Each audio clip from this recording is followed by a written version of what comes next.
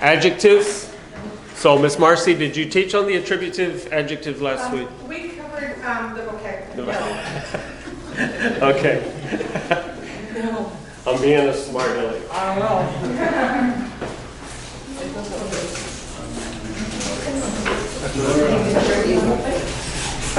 Okay, so explain to me the attributive adjective. Anyone?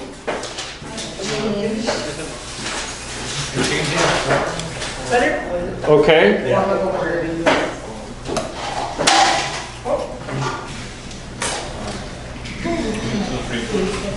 I don't have my notes, so I can't explain. But that's incorrect. No. No, that's an inflection. Yes, yeah, that's inflection. Okay. So attributive. Oh, yes. Okay. An attributive adjective is an adjective that is used in the normal sense of an adjective. That its title is attributive, meaning an attribute. What is an attribute? Defined. It's a defining term. Okay, it's a descriptor. So we have in Hebrew it's called sephirot. On the tree of life, you have the 10 sephirot. Okay, sephirot is the Hebrew term that is used which we would say attribute, the attributes of God, the attributes of Hashem. And so these are 10 descriptors, being the kingdom, being the foundation, being the splendor, the kindness, the justice, these things. All right, so you have the attributes of God. So an attributive adjective is one who defines. It's a descriptor. Okay? So what can you tell me about the attributive adjective? Say it loud. It follows the noun. It follows the noun. It always comes after the noun, just like in Spanish. Casablanca, Rancho Grande. All my favorite songs.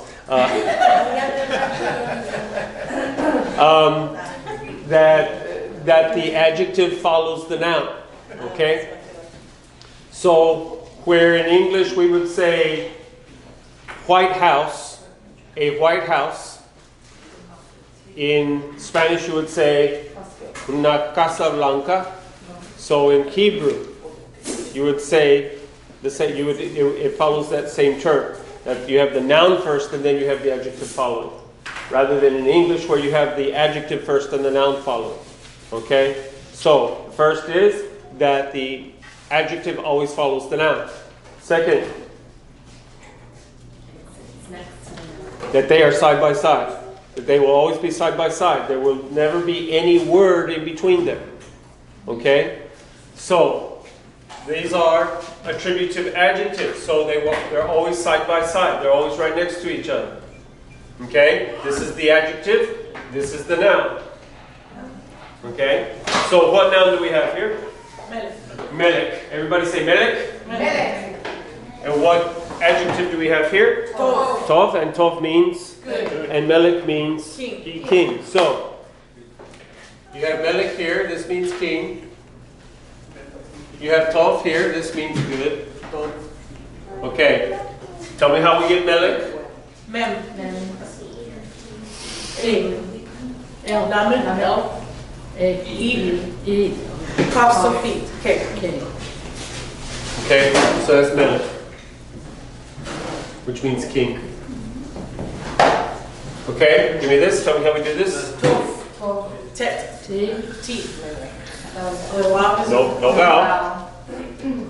So this is what? Oh. B. Okay.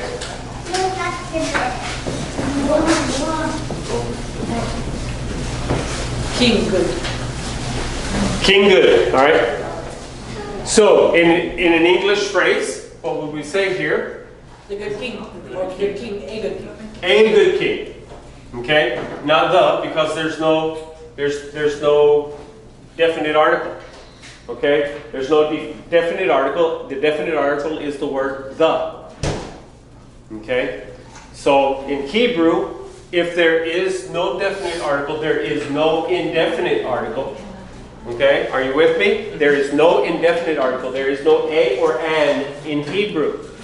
It is understood and it is automatic. If there is not a definite article, then it is automatically indefinite.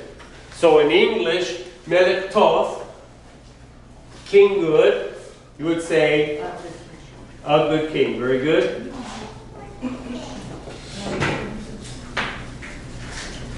Notice that the ending form has to match.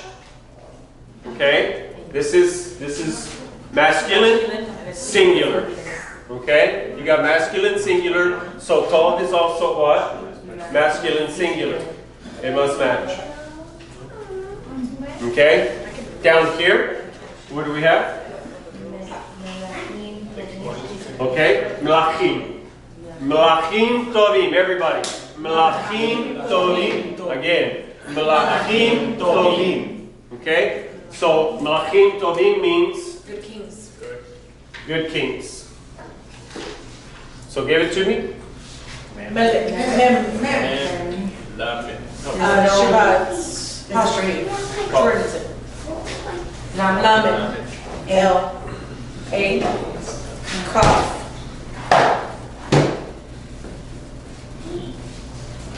I or E. Double E something, but it's I. Remember? Yes. Connected to the youth. And then what? Mem. So you have Malchim. Melachim Tovim. tovim. Give it to me. T. Tet. No vowel marking, so the vav is an O. Bait is a bait. It's a beat. The I and the yod, the E and the yud, and the mem so beat. And So tovim.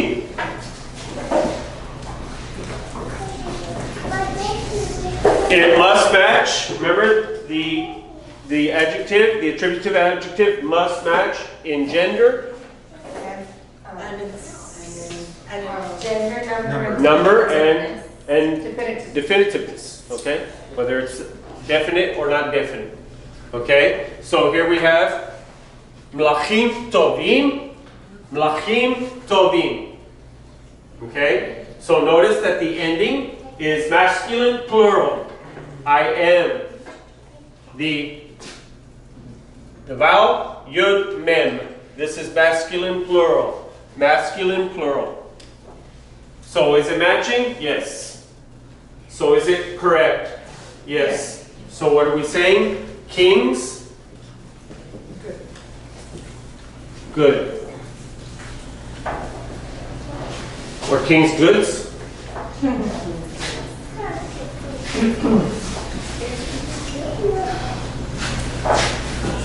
So, is there an indefinite article that would go here?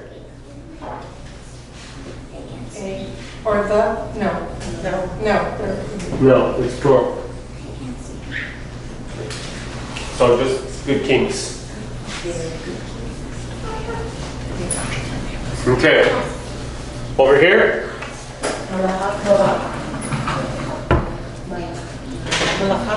Melacha tova. Everyone? Melacha tova. Again? Melacha tova. Which means? good queen. Good queens. Okay, you have Melech here. Right? Remember, it's the three Hebrew root, three letters. Mem, Lamed, Kaf. Mem, Lamed, Kaf. This is a Kaf Sofi. If this were the last letter, if that were the last letter, then this would be a Kaf Sofi too. See that? See what I'm doing? So, here's the Kaf. Here's the Kaf Sofi. Okay? So, but because it's not the last letter. Okay? So you have Mem, Lamed, Kaf. Mem, Lamed, Kaf. So the root is what? The root of queen is Melech, king. Okay? So this here, the A, thou, and the He combined makes it feminine. Okay, very good. Feminine singular. So give it to me. Mem, M. No, break or apostrophe. Lamed. A. Kaf. A. And H.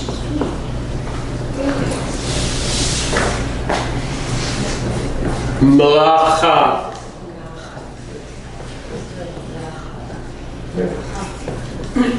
Malacha. That is Hebrew for clean. Malacha. Okay? Tova. So give it to me. Tet, teeth. No. No. So O. Beit. A. K. Lacha Tova. Okay? Notice the matching right there. Everybody see it? It's matching in number. It's not matching in gender. Okay? So you have Malchat Tova.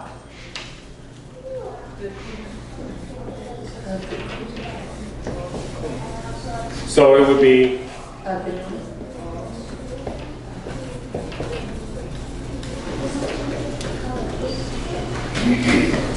so now what do we have here? Very good. Everyone? Mlachot Tovot.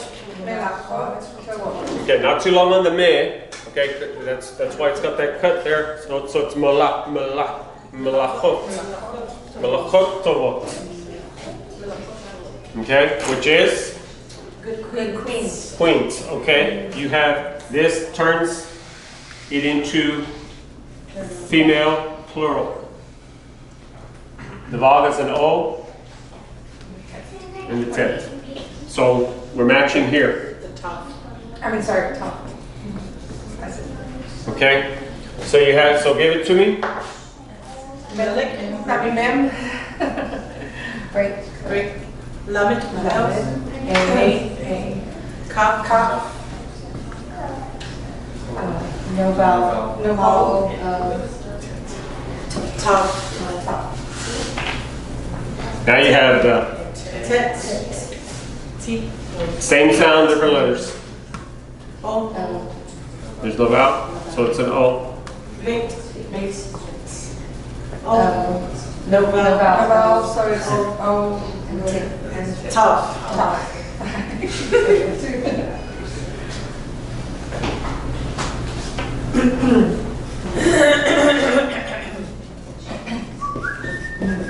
Mlachot Tovot.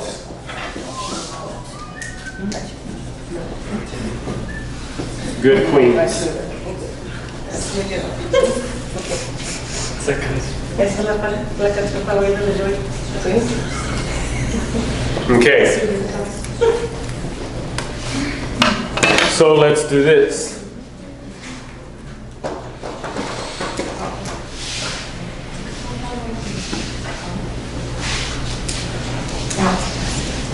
Now it's a test. Quiz. Put everything away.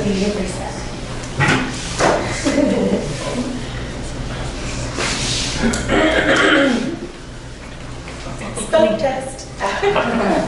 What makes it plural? Is it the T? At the end, does that make it plural? These two letters here make it plural. Okay, OT, yeah. Yes. Whenever it's ot, okay, so mlachot tovot. The ot is plural. Yeah. So you have a word. You have this word here. So already you have this combination at the end. You have this combination at the end, right?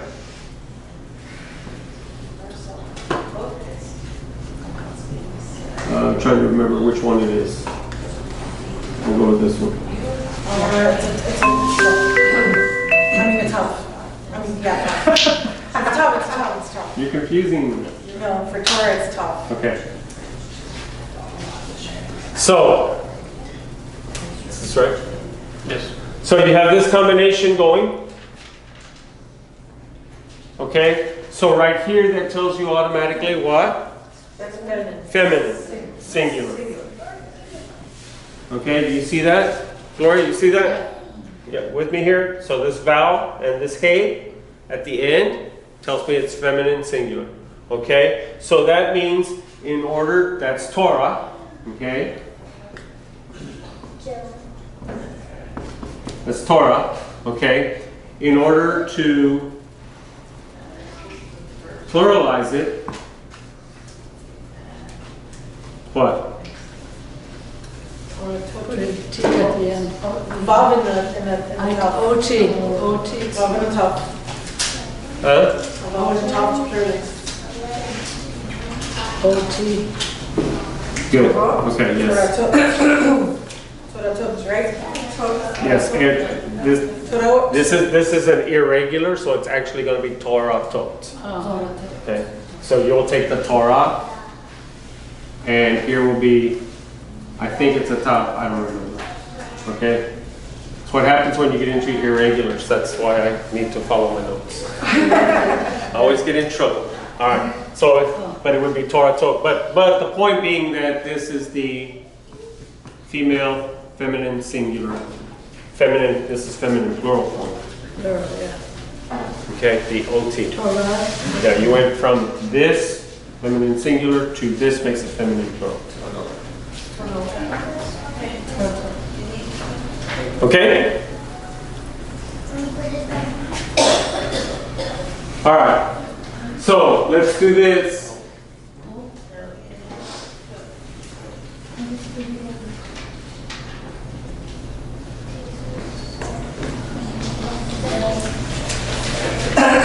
No, let's not do that. Let's do this. Let's leave this one here. So, what do we have now? Hamelech. Hamelech. The good king. Except, what's the rule? The king good. Oh, wait. Oh. The Tov should have what? The Vav. If it's definite in this, if it's definite on one side, it must be definite on the other side. So you must also have this. Hamelech Hatov. Is that always? Yes, if it's in this form. If it's in attributive usage, it must match exactly. In definiteness, definitive. Well, then what about Beit HaMikdash? So what about Beit HaMikdash? Because they don't call it Ha-Beit HaMikdash. Then obviously it's not in the attributive form.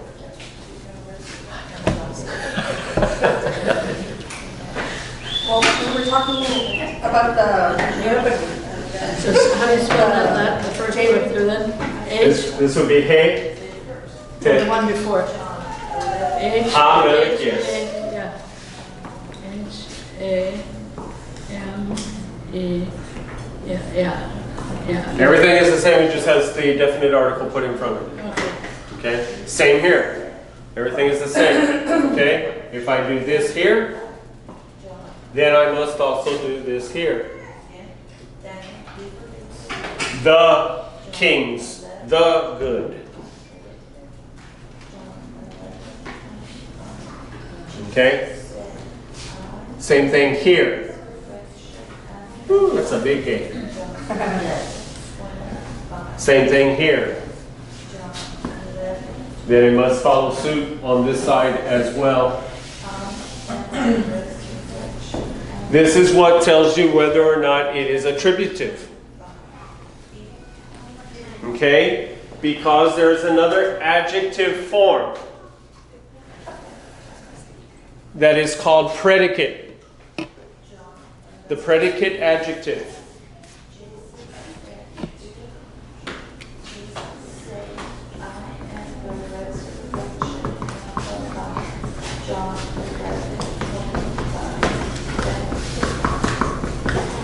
The predicate adjective.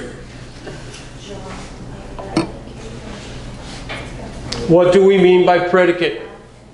It's after the verb. So, if you remember your language, your grammar, how many of you remember your grammar? One person, and it's not even Emilio. What grade are you in this year? Senior? 10? Not a senior. First.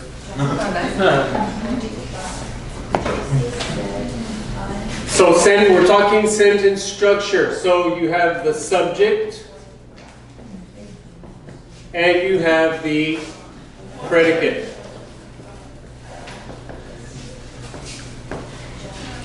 So the subject will include the noun, the subject itself, the noun, and its adjectives. The predicate will include the verb, the adverbs, and the phrases. Also, or the direct objects. So these all occur in the predicate. Predicate is the second part of the sentence structure. So you have the subject. I'm using English here. You have the subject, then you have the verb, its adverbs, its phrases, prepositional phrases, or direct objects. All come in the predicate. Everybody with me? Yes. Okay. So, a predicate adjective tells you what? It's an adjective in the predicate. It's an adjective that comes in this part. So, over there, we said either a or the good king. So how would you say that in the predicate? The king is good. Very good. The king is good. Okay? So here's your sentence structure. Follow it. Okay? This is your subject right here. Y'all ever do grammar trees? Too much. This is your definite article, the. Okay. Are there any adjectives? Excuse me. In this sentence here, are there any adjectives in the subject? No. No. So there is not a sephira subject. There's not an attributive adjective. Right? There's no adjective next to the noun. Correct? Are you with me? Yes. Where is the adjective? There is an adjective describing the noun, but where is it? It's in the predicate after the verb. You with me? Yes. Okay? That is called a predicate adjective.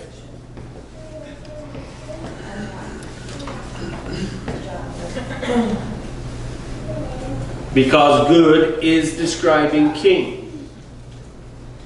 Is your verb. Problem. What's the problem with the sentence if you're going to Hebrew?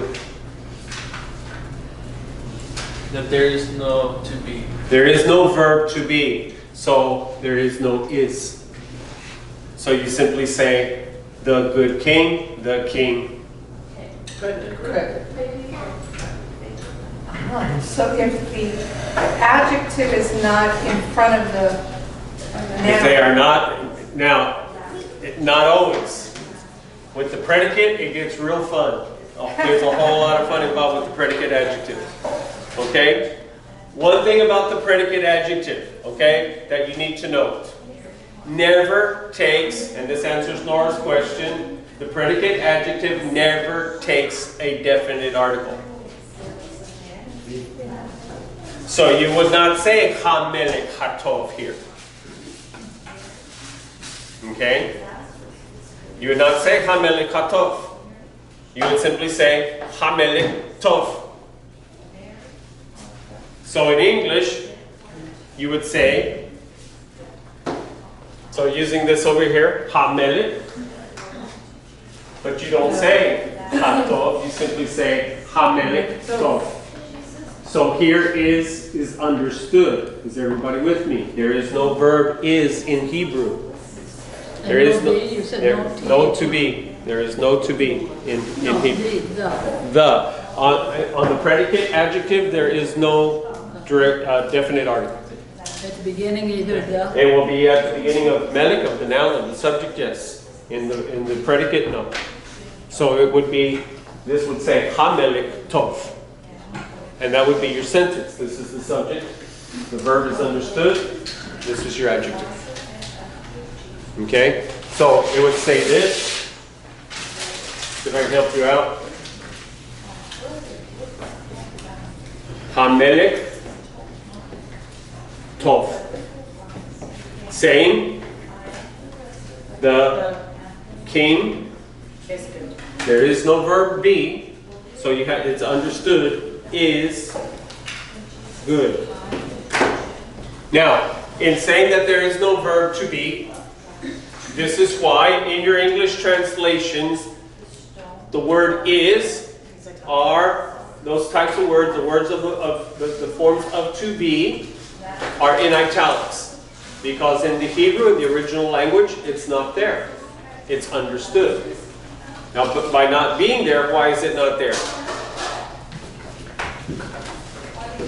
There is a verb for to be.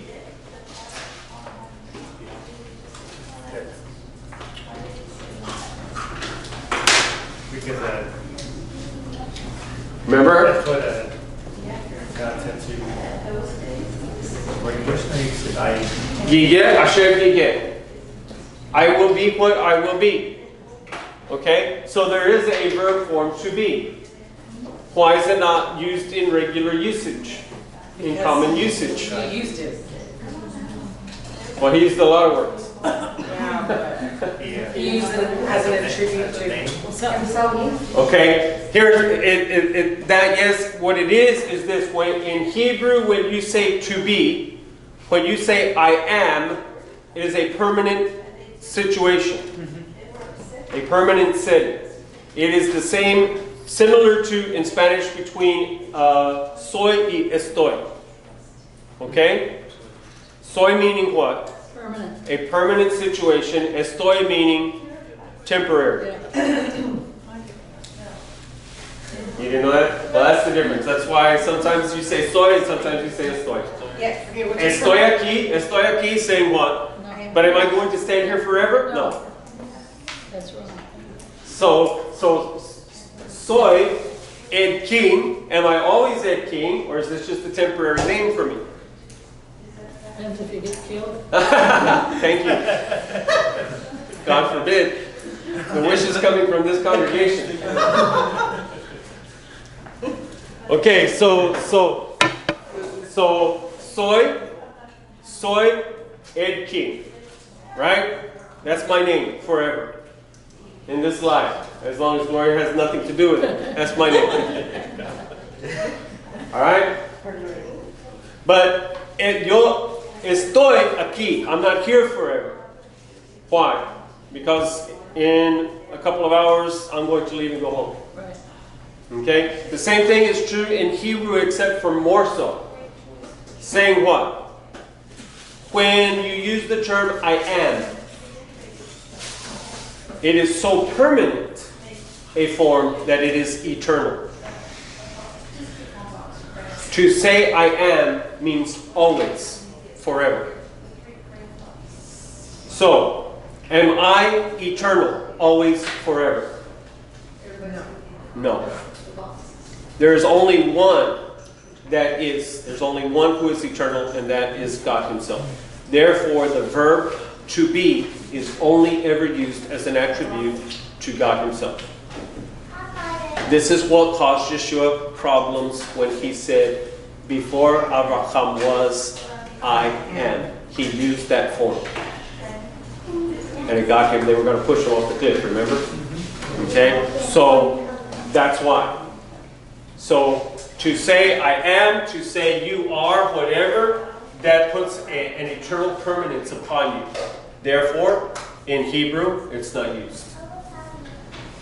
in any situation, in any circumstance, with the exception of pertaining to God himself. Okay? So, we're going to stop there. We're going to take a 5-minute break and get into the tree of life. But, so that's telling you that next week we're going to be studying what? The predicate adjective. Because this is going to be a whole lot of fun. Because it never takes a definite article. Even if the noun, even if the subject has a definite article, the predicate adjective never takes a definite article. Thus, Beit HaMikdash. And because the attributive adjective always follows the noun. The predicate adjective, in Hebrew, the predicate can come before the subject or after the subject. So you have some telltale markers there, but you have to be careful. You have to be paying attention to what's going on. HA always means the be. HA, yes. If it is a prefix on the noun or on its adjective, then it is the definite article. Yes. So then all of this, just back to the I am part. And how we're supposed to be careful with the words that come out of our mouths. So then when we're describing ourselves, we should not. No, because in English, that would be which is why they put it in italics. In order for you to speak smoothly in English, you have to use the term. No. What I'm getting at is, like, sometimes when I describe myself to people, I say I'm horrible. Mm-hmm. So then I'm making myself in a permanent state of horrible. Well, Joey says that you are, but anyway, that's no. And this is the problem with when you're translating, okay? Because translations don't follow. They don't follow exact. You're not following the same rules, okay?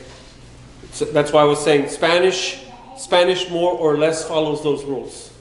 That in that one verb form is permanent while the other is temporary. So, soy is permanent. Estoy is temporary. Ser, in other words, ser y estar. The verb of ser is permanent. The verb estar is temporary. Okay? When you get into Hebrew, it's even more so. The rules are similar but stronger, in that the verb ser would only ever be used for God. How do you say now, ser? Ser. I'm using the Spanish. How do you spell it? S-E-R? S-E-R, but that's the Spanish. That's not the Hebrew. What is it in Hebrew? In Hebrew, it would be, it's the form of yeh. Yeh. E-N? Yeh. Yeh.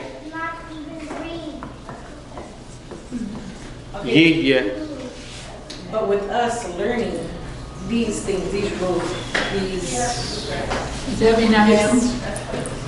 It's Y-I-H-Y-E-H. Yeh. But what does it mean? That means shall be, to be, yes. To be? Yes.